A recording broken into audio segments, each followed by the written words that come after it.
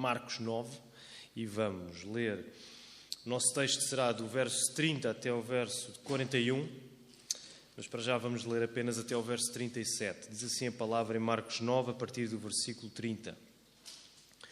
Eles partiram dali e passaram pela Galileia, mas Jesus não queria que ninguém soubesse disso, pois ensinava a seus discípulos, dizendo-lhes: o Filho do Homem será entregue nas mãos dos homens, que o matarão, e depois de 3 dias ressuscitará. Mas eles não entenderam essa palavra e temiam interrogá-lo. E chegaram a Cafarnaum. Em casa perguntou-lhes: o que discutíeis no caminho? Mas eles se calaram, pois haviam discutido pelo caminho qual deles era o maior. Então, sentando-se, chamou os 12 e lhes disse: se alguém quiser ser o primeiro, será o último e o servo de todos. Então Jesus tomou uma criança, colocou-a no meio deles e, pegando-a nos braços, disse-lhes: qualquer pessoa que receber uma destas crianças em meu nome, a mim me recebe. E quem me recebe, não recebe a mim, mas aquele que me enviou. Muito bem, vamos a isso, queridos irmãos. Vamos avançar no nosso Evangelho, querido Evangelho de Marcos. Então a ação continua. Depois de, no domingo passado, termos ouvido o pastor Tiago pregar acerca da cura que Jesus efetuou naquele menino que estava possuído de um demónio, convulsionava muito. Nós hoje avançamos e eles partem de onde estão e vão para a Galileia. Portanto, recordam-se, na Galileia é uma zona onde Jesus faz muitos milagres e efetua uma grande parte do seu ministério. Muitas pessoas ali viram-no a ensinar, a fazer milagres. Mas agora uma coisa curiosa é o quê? O que é que vocês notaram logo de estranho, curioso, logo aí no verso 30, verso de entrada? Eles partiram dali, passaram pela Galileia e depois Jesus não queria que ninguém soubesse. É estranho. Jesus já tinha estado ali, mas agora ele não queria que ninguém soubesse. Porquê? É tempo de ensino. Jesus vai ensinar os seus discípulos, como diz lá no verso 31, não é? Pois ele ensinava a seus discípulos. E nós percebemos que a lição que Jesus tem para ensinar é demasiado importante para ser interrompida. Porque ele sabe que se as multidões souberem que ele vai estar ali, o que é que vai acontecer?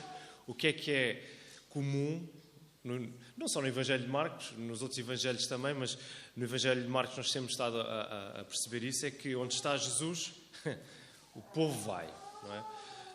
E por isso Jesus quer que os discípulos tenham ali uma espécie de aula personalizada. É uma lição importante que precisa de ser dada. Então, pela segunda vez, Jesus vai falar sobre o quê? Repararam? O que é que Jesus vai ensinar? No verso 31, ele está a falar sobre o quê? Sobre a sua morte, não é? Esta é apenas a segunda vez que Jesus fala abertamente sobre a sua morte. Lembram-se quando é que foi a primeira? Não foi assim há tanto tempo. Se colocarem os vossos olhos no texto, foi no capítulo 8, portanto um capítulo atrás, quando Pedro faz a confissão, não é? Tu és o Cristo. E Jesus, a partir daí, começa a falar abertamente sobre a sua morte. Então este é o ensino agora que Jesus quer trazer e quer vincar na vida dos seus discípulos, não é? Não é possível ser discípulo de Jesus sem que a morte de Jesus seja o centro da nossa vida. Então Jesus quer ensinar isto. E tal como no capítulo 8, depois da confissão de Pedro, Jesus remata este ensino. Ele diz: o Filho do Homem será entregue nas mãos dos homens, verso 31, que o matarão. E depois de 3 dias ressuscitará. Já tinha acontecido assim quando Pedro tinha confessado e Jesus tinha dito: é preciso que eu morra e ao final de 3 dias eu vou ressuscitar. E Jesus diz a mesma coisa aqui. E é muito interessante, porque eu não sei se reparam nisto. Tanto numa ocasião, lá no capítulo 8, quanto noutra, agora no capítulo 9, parece que os discípulos só ouvem a parte da morte. Parece que esqueceram que Jesus disse que iria ressuscitar. Os discípulos estão tão concentrados em Jesus como aquele Messias que vem para restaurar Israel das mãos do governo romano, que eles nem sequer têm ouvidos para um uma mensagem que implique que este Jesus morra. O que os impede de perceber que, espera aí, ele não vai ficar morto, ele vai ressuscitar. Então reparem, o ensino de Jesus quer ultrapassar as melhores expectativas dos discípulos, dando-lhes uma nova orientação, que neste caso é uma nova vida. Por isso, os nossos melhores desejos, neste caso ilustrados nos discípulos, com o desejo de verem a sua nação restaurada, os nossos melhores desejos são muito pequenos quando comparados com o que Jesus oferece, a própria vitória sobre a morte. Já pensaste nisto?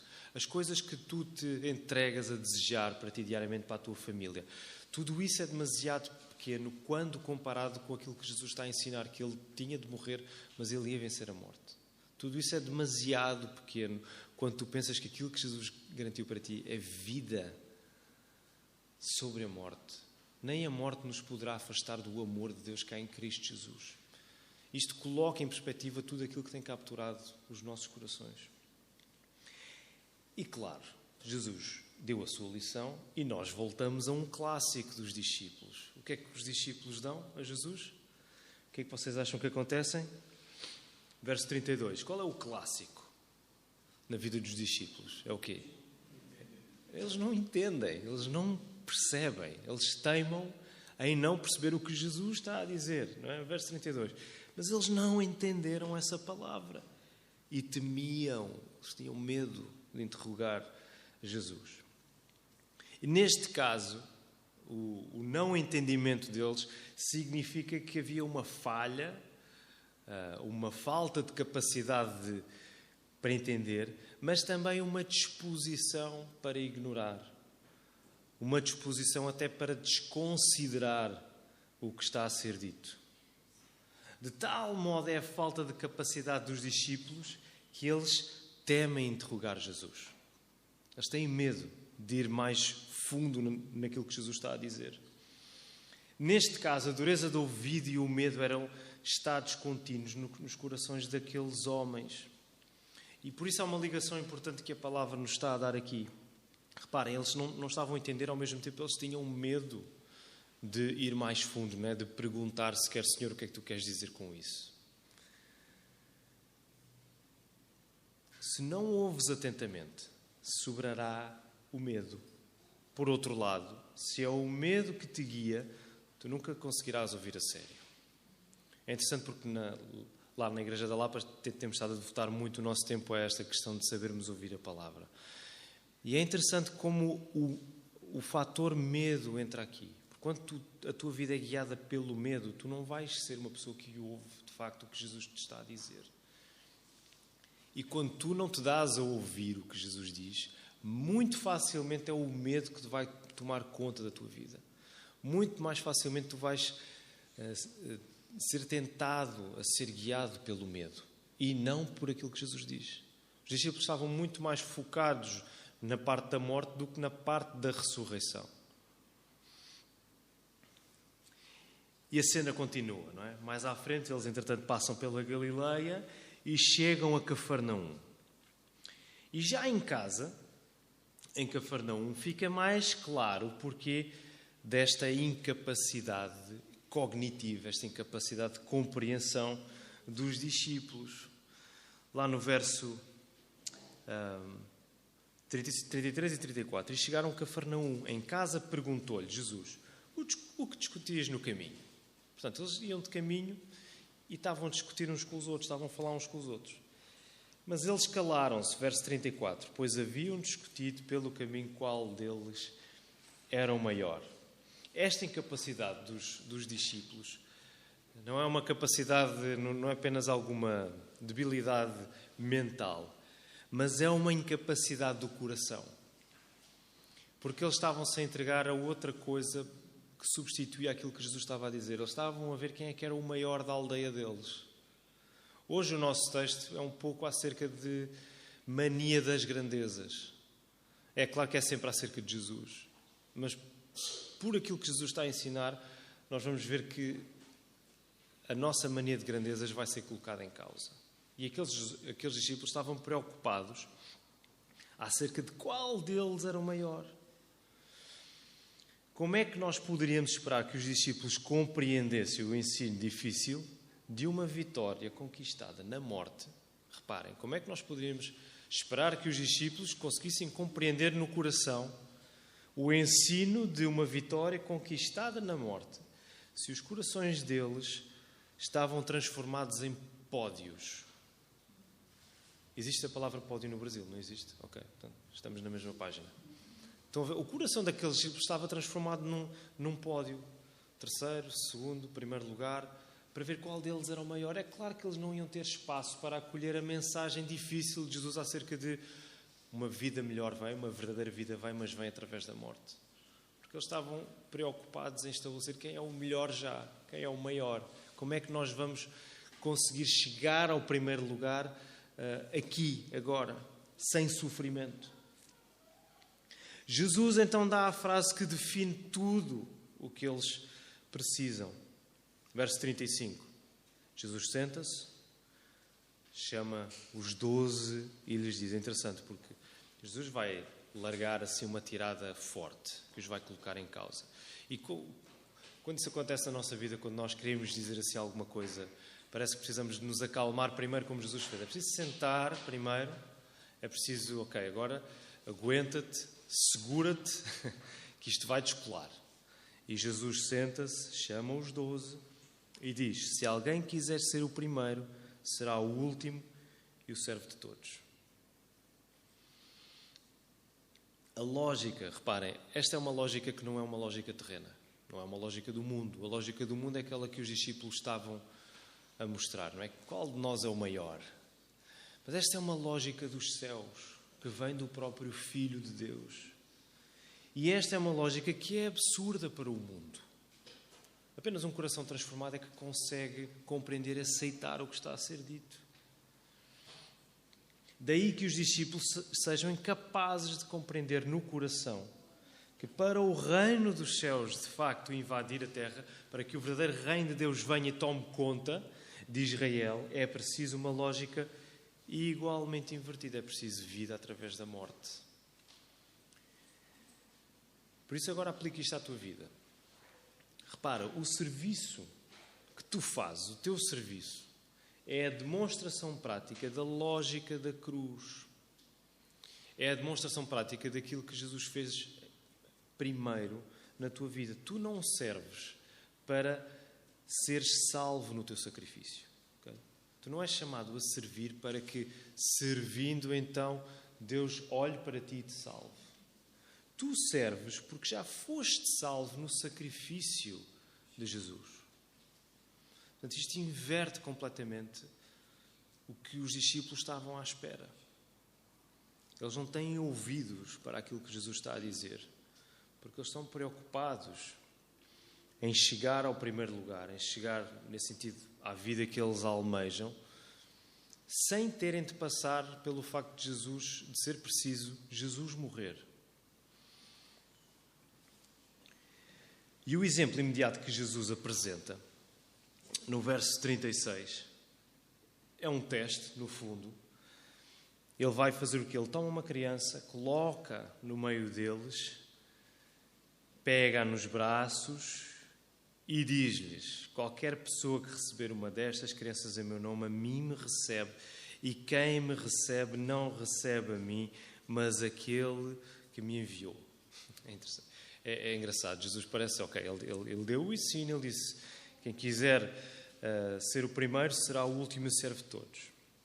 E agora vai buscar uma criança, parece que está a gozar com os discípulos, não é? Pega uma criança assim, olha, estão a ver, agora eu vou usar, é como se nos dias de hoje perguntássemos, é preciso fazer um desenho?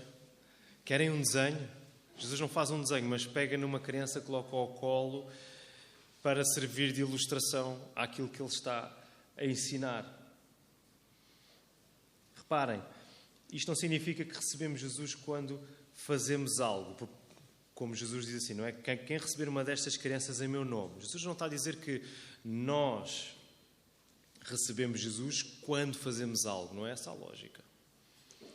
A lógica é de que a humildade é de tal maneira importante que é somente através dela que Jesus e o Pai fazem morada em nós.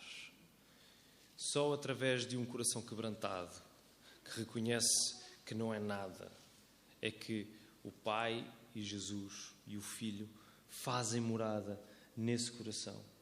E isso vê-se no modo como abraçamos até as tarefas mais simples, como Jesus estava a ilustrar, que era a tarefa simplíssima de pegar uma criança ao colo. E tarefas simples ao ponto de não nos darem assim tanto crédito, não é?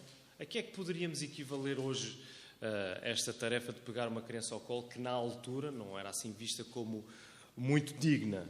A que é que poderíamos hoje equivaler isso? É uma tarefa simples que podemos fazer e que não é muito considerada. Conseguem pensar em algum exemplo? Não. Varrer, por exemplo, não é? Eu pensei na mesma coisa. Limpar, não é? É uma tarefa simples. Levar o lixo, tirar o lixo, exatamente. Portanto, não está em causa nós fazermos alguma coisa por Jesus para sermos recebidos por Ele, mas está em causa a humildade com que nos entregamos às coisas que fazemos no nome dEle. Não existe presença de Deus em nós sem o esvaziamento espiritual. Deus não pode habitar num coração que está cheio de tudo o resto. Tem que haver um esvaziamento primeiro. E esse esvaziamento é o reconhecimento do nosso pecado. Não pode haver esvaziamento espiritual na tua vida para que o Espírito Santo tome conta de ti se tu não reconheceres os pecados que têm tomado conta da tua vida. Porque é isso que te tem afastado de Jesus, é isso que te tem deixado numa lógica inversa de não, eu quero ser o maior.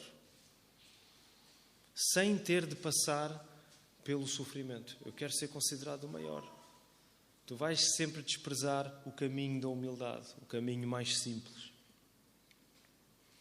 Aqueles discípulos que se têm em grande conta são desafiados pelo pouco que uma criança representa. Por isso Jesus pega naquela criança ao colo. Eles estão a ser desafiados pelo pouco. Aquela criança não significava praticamente nada na cultura deles. Por isso é que quando nós lemos que muitas crianças iam até Jesus, os discípulos o que é que faziam? Acolhiam-nas. Show daqui, né? Eles dispersavam-nas, porque vocês não têm importância suficiente para estarem a incomodar o mestre. Mas eles são desafiados pelo pouco que aquela criança representa. Por isso, repara, receber Jesus é da ordem do reconhecimento de que somos mendigos, de que somos necessitados da misericórdia e do perdão. E isso não vai lá com a mania das grandezas. Tu só podes receber Jesus, tu só podes ter uma vida de comunhão verdadeira com Deus quando tu, em primeiro lugar, reconheces a tua necessidade dele. Porque tu não tens nada para dar a Deus. Tu não tens nada para oferecer que faça com que Deus seja mais do que Ele já é. Tu de facto deves tudo porque tu pecaste contra Ele. Tu estás à mercê do seu castigo, da sua ira. Tu só podes ter comunhão com Ele quando tu reconheces de facto essa tua incapacidade, essa tua necessidade de teres de ser perdoado. Há um exemplo que geralmente eu costumo pensar. Sabem aqueles ímãs? Eu não sei se ainda circulam por aí. Que são uns círculos. Geralmente encontrava-se em brinquedos antigos. Uns ímãs que são assim, portanto, têm um polo positivo e negativo. E se nós aproximarmos, nunca fizeram essa brincadeira, aproximar os ímãs, e eles só ficam juntos se o polo negativo ficar junto com o positivo do outro, certo? Se nós virarmos os dois positivos, o que é que acontece? Aquilo parece que há ali um campo de forças mágico ali a acontecer e não conseguimos juntar. Isso é o que acontece na nossa vida. Quando tu queres estar quando tu reconheces, ok, Deus é soberano, Ele é o único Deus vivo, mas tu ao mesmo tempo também te consideras o Deus da tua vida, polo positivo com polo positivo, não vai encaixar. Só vai encaixar quando de facto isso for invertido e tu reconheceres, eu preciso de Deus. Eu preciso de Jesus. E isto não vai lá com a mania das grandezas. Vamos avançar no nosso texto. Ainda estamos com tempo hoje, João. Está a andar bem. Verso 38.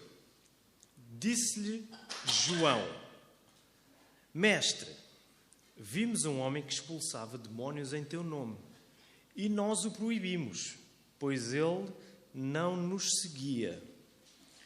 Jesus, porém, respondeu: não o proibais. Ninguém há que realize um milagre em meu nome e possa logo depois falar mal de mim. Pois quem não é contra nós, é por nós. Assim, qualquer pessoa que vos der de beber um copo de água em meu nome, porque sois de Cristo, em verdade vos digo que de modo nenhum perderá a sua recompensa.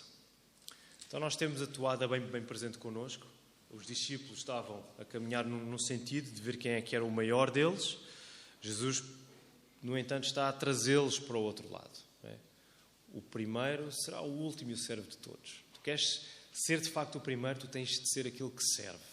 Tu tens de ser aquele que dá a vida. E nós percebemos que isso não acontece sem que esteja tudo dependente daquele que dá a vida primeiro, que é o Senhor Jesus. E o texto continua. E agora é João quem toma a palavra. Este é o único episódio onde de facto é dada o destaque de João a falar em discurso direto com Jesus. E quando João fala, João volta a colocar a tónica na mesma lógica de ver quem é que é o maior. Vejam lá. Mestre, vimos um homem que expulsava demónios em teu nome. Ok, até aqui, tudo bem.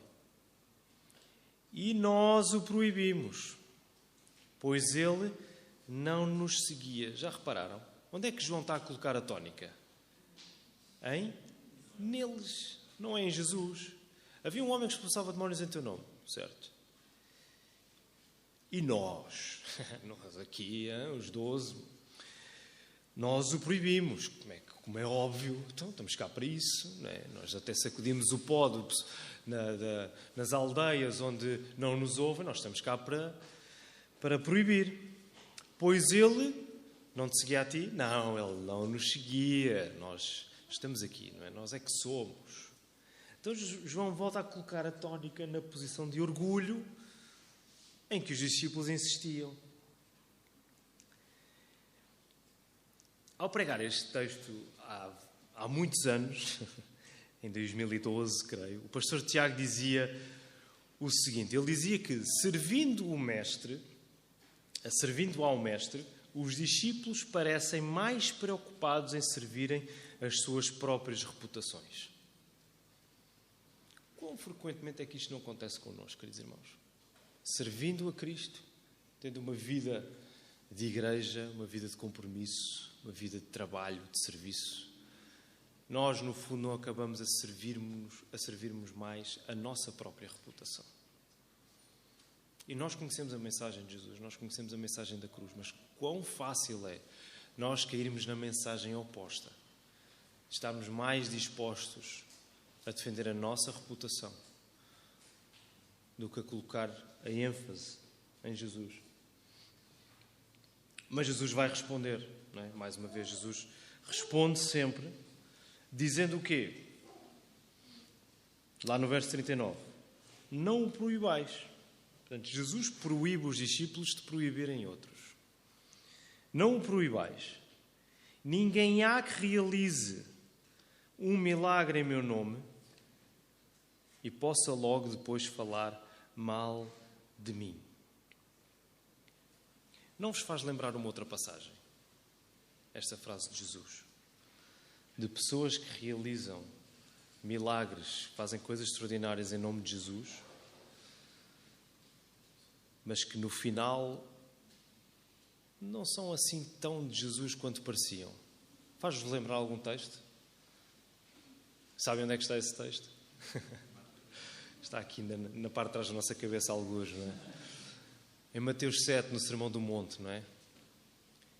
Muitos haverá que naquele dia dirão: Senhor, Senhor, não fizemos, e estou a parafrasear agora, 30 por uma linha em teu nome. E o que é que Jesus vai dizer? Apartem-se de mim, porque eu não vos conheço. Parece que agora aqui o texto está a dizer o contrário, não é? Jesus está a dizer: não há ninguém que faça um milagre em meu nome que depois possa dizer mal de mim. O que nós aprendemos não é que o texto está a contradizer a si próprio, porque isso não é possível. Mas lá em Mateus a tónica é mais uma de as pessoas que aparentavam fazer alguma coisa no nome de Jesus, na dependência de Jesus, no final vai-se perceber que não fizeram isso na dependência de Jesus, não fizeram isso no nome de Jesus verdadeiramente. Aparentaram, usaram de alguma maneira, ok? Mas não fizeram isso verdadeiramente no nome de Jesus, como aqui está escrito.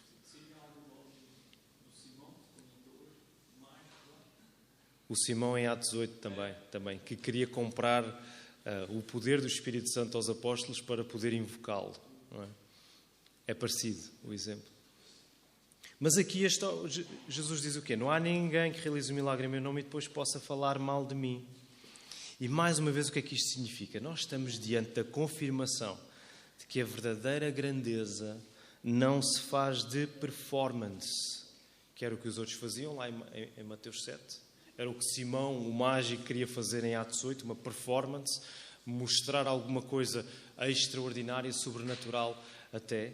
A verdadeira grandeza não se faz de performance, mas de serviço completamente dependente da comunhão de Jesus. O que Jesus está a dizer é, olha, aquele homem que vocês viram expulsar demónios, ele faz isso porque ele crê em mim. Ele está dependente de mim para fazer aquilo. E neste caso, essa dependência é exatamente evidenciada pelo facto daquele homem expulsar demónios no nome de Jesus. E então temos esta afirmação desarmante que nos é dada. Pois quem não é contra nós, é por nós. Lá no verso 40. Quem não é contra nós, é por nós. Notaram o tom agregador de Jesus? Jesus podia ter dito, quem não é contra mim, é por mim. Mas ele vai usar, de facto, o que João disse acerca de nós o proibimos, não é? Porque ele não está connosco. E Jesus é misericordioso, porque ele vai usar... Sim, vocês que estão comigo, quem não é contra nós, porque vocês estão comigo, é por nós.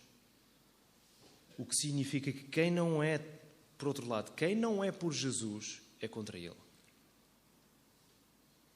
Se quem não é contra Jesus, automaticamente tem de ser a favor de Jesus.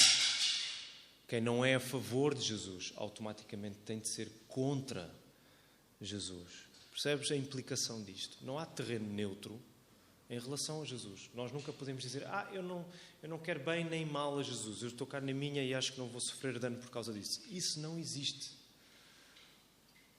O que existe à luz da palavra ou é uma proximidade e comunhão com Jesus ou um afastamento e uma oposição oposição a Ele.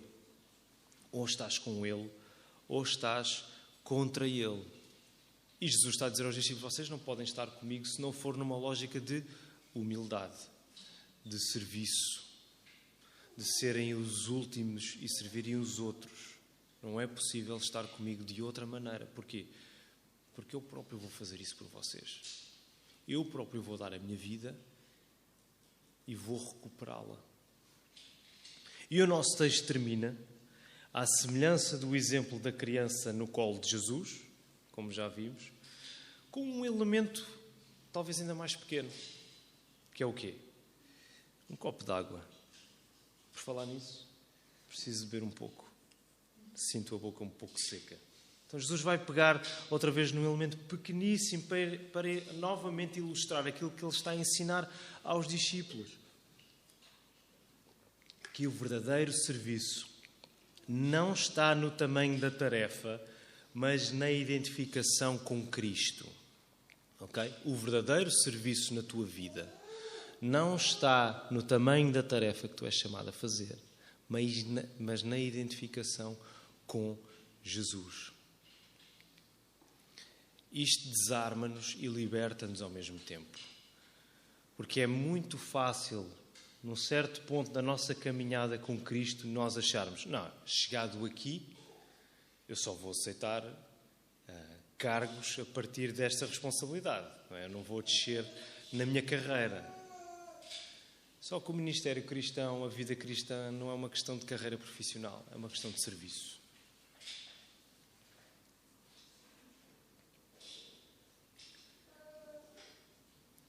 É esta entrega em humildade que corresponde à recompensa que não pode ser perdida ou revogada, como Jesus diz lá no verso 41. Qualquer pessoa que vos der a beber um copo de água em meu nome, está a associação com Jesus, a identificação com Jesus, porque sois de Cristo, em verdade vos digo que de modo nenhum perderá a sua recompensa. É esta entrega à humildade, ao quebrantamento, ao negarmos a nós mesmos, ao carregarmos a nossa cruz, que corresponde à recompensa que não pode ser perdida ou revogada. E essa recompensa é a presença constante de Jesus connosco. Essa recompensa é aquilo que os discípulos querem, ao mesmo tempo que, sem se aperceberem, estão a tirar Jesus dela. Eles querem ser os primeiros, mas de alguma maneira eles não querem Jesus para isso. Porque eles não querem sequer arriscar perguntar o que é que significa Jesus ter de morrer. Porque eles não querem passar pelo mesmo. Eles não querem passar pelo mesmo. Nada disto é mérito. Nada disto é mérito. Mas graça, porque o Senhor Jesus fez-se servo para nos resgatar. Vamos terminar pensando só nesta ordem de grandezas. Jesus está a falar do primeiro e do último. Eles querem ser os primeiros. Ninguém chega ao nível, à categoria, ao patamar em que Deus está, em que Cristo está. Ele é o primeiro acima de todos. No entanto, ironicamente, numa reviravolta divina, Jesus torna-se o último de todos. Por nossa causa. Ele é o primeiro. Ele é o Senhor do universo. Ele segura pela sua palavra toda a existência. Não há ninguém acima de Cristo. Mas Ele torna-se o último, o mais desprezado de todos. Por isso é que Isaías escreve lá, não é? A sua aparência, nós não conseguíamos sequer olhar para o seu rosto. Tal era a feiura. Ele tornou-se o último. Ele fez-se servo para nos resgatar. Portanto, isto na nossa vida faz-se não com mérito, não com esforço, não mostrando-nos que temos capacidade, mas sempre pela graça, porque o Senhor Jesus fez isto no nosso lugar. Amém. Vamos orar. Senhor, obrigado pela Tua palavra. Obrigado porque ela nos coloca em causa e sabemos que nesse processo não nos vemos desamparados. Antes, nos sabemos amparados pelo Teu amor, Senhor. Olhando para o Teu Filho que deu tudo no nosso lugar. Perdoa-nos quando queremos mostrar-nos a nós, ser considerados os melhores, quer por nós próprios, quer pelos outros, quer por Ti, Senhor. Perdoa-nos por isso, ajuda-nos a sermos humildes, porque o Teu Filho Jesus salvou-nos em humildade. Ele não nos salvou com a mania das grandezas e Ele era o próprio Filho de Deus, o próprio Deus, Senhor, a entregar-se. Mas Ele esvaziou-se a si mesmo. Portanto, Senhor, nós pedimos, faz esse mesmo processo de esvaziamento acontecer em nós, para que a nossa alegria em Jesus aumente e a nossa disposição para servir seja cada vez maior, Senhor. Fazemos isto não pelo nosso mérito, não pela nossa força, mas pelo Teu Espírito, Senhor. Obrigado porque Tu nos chamaste a esta tarefa incrível, que é através da nossa vida mostrarmos aquilo que Tu fizeste em nós e com os nossos lábios, Senhor, falarmos do que Tu fizeste no nosso lugar. Ser connosco nesta hora, nós queremos ainda pedir pela saúde do pequeno Boaz, Senhor, Tu possas guardá-lo e ajudar, ser com a família Rodrigues também, Senhor. Pedimos todas estas coisas no nome de Jesus. Amém.